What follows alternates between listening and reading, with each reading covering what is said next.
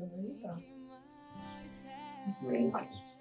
Uspela smo si vzeti danes čas, ko je tako lepo jutro, za najino jutranjo kavico. To je najina stopinka dneva današnja, otroka še spita. Tukaj pa lahko v miru uživamo na naši novi, še nedokončani terasi s prijetnim pogledom ne na morje, pač pa na našo Marijino cerkev, na Slovensko-bistriški grad in pa v zadnji tudi na Boč in ostala predmeva. Ja, v bistvu je to blagoslovljen čas, ptičke nam pojejo, skoraj kot da bi bila v naravi, gozdu, na srečo, da tukaj živimo. Ja. Mi pa zdaj v tem času, ko smo vedno bili v pomanjkanju časa, vedno smo rekli, da nam manjka časa, ne vem, za to ali ono. Sedaj nam je Gospod podaril ogromno blagoslovljenega časa. Da smo dosti skupaj kot družina, kot zakonca sama, z otroci.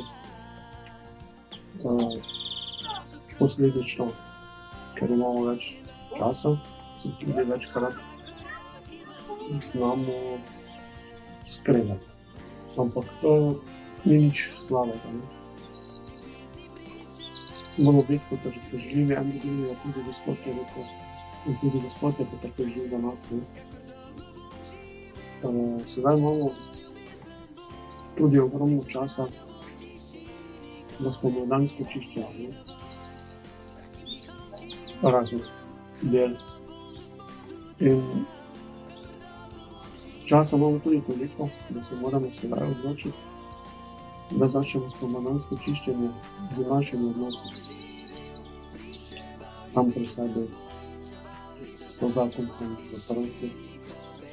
In da ta čas, to ne pomeni, da je slabi čas to, kar se nam zdaj dogaja. To je za nas samo dobro. Da lahko delamo na svojih odnosih, da gradimo odnose, za katere je vredno živeti. Ja, v bistvu je tako, da imamo čas tudi za to, da se zbližamo z Bogom, tudi osebno.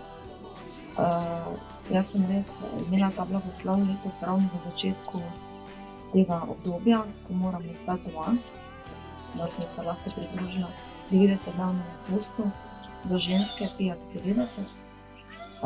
In moram povedati, da se to tudi potem pozna na odnosih z ostalimi ljudmi, s katerimi sedaj bivam. Vsekakor mi to pomaga pri poslušanju Božjega glasu.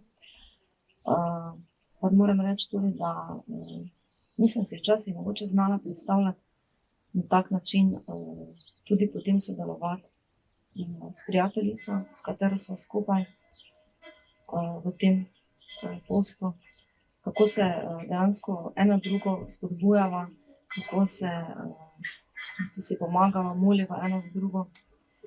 In vedno, ko se pač na video to konferenco dobiva, oziroma tudi, ko se slišiva po telefonu, ker sedaj se ne moreva v živo videti, si vedno to potrdiva, ker ona enako doživela. Predvsem bi pa navezala še to na Božjo besedo današnjo,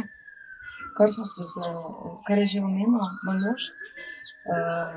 To, da je Bog vseeno potrpežljiv, ne glede, če gledamo zdaj v tem času, malo bolj pridejo na površje tiste naše slabe strani, tisto naša zmedenost. Sploh ko slišimo take zvoke, ki so sedaj v ozadju, ne, še posebej nas hitro se lotijo kake take misli neugodne. Tudi nepozorno poslušanje se nam zdaj pojavlja in tudi druge neke take slabe lastnosti.